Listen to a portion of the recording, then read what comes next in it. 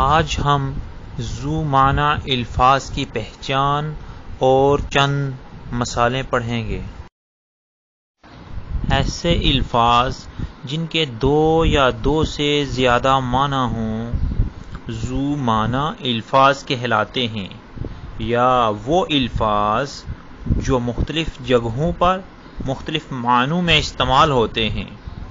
اہل زبان اس فرق کو سمجھتے ہوئے موقع و محل کی مناسبت سے ان الفاظ کو کلام میں لاتے ہیں۔ مثلا قلم سے دو معنی کے اعتبار سے دو طرح سے جملے استعمال ہوئے۔ پہلا قلم دیکھیں، عمیر نے دکان سے قلم خریدا۔ دوسرا قلم دیکھیں، یہ گلاب کی قلم ہے۔ دی گئی مثال میں پہلے جملے میں قلم بامراد تحریر کا آلہ ہے، جبکہ دوسرے جملے میں قلم سے مراد شاخ ہے۔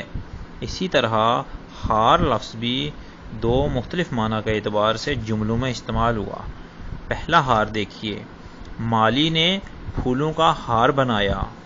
دوسرا ہار دیکھیے، اسلام آباد کی کرکٹ ٹیم سخت مقابلے کے بعد مظفر آباد کی ٹیم سے ہار گئی۔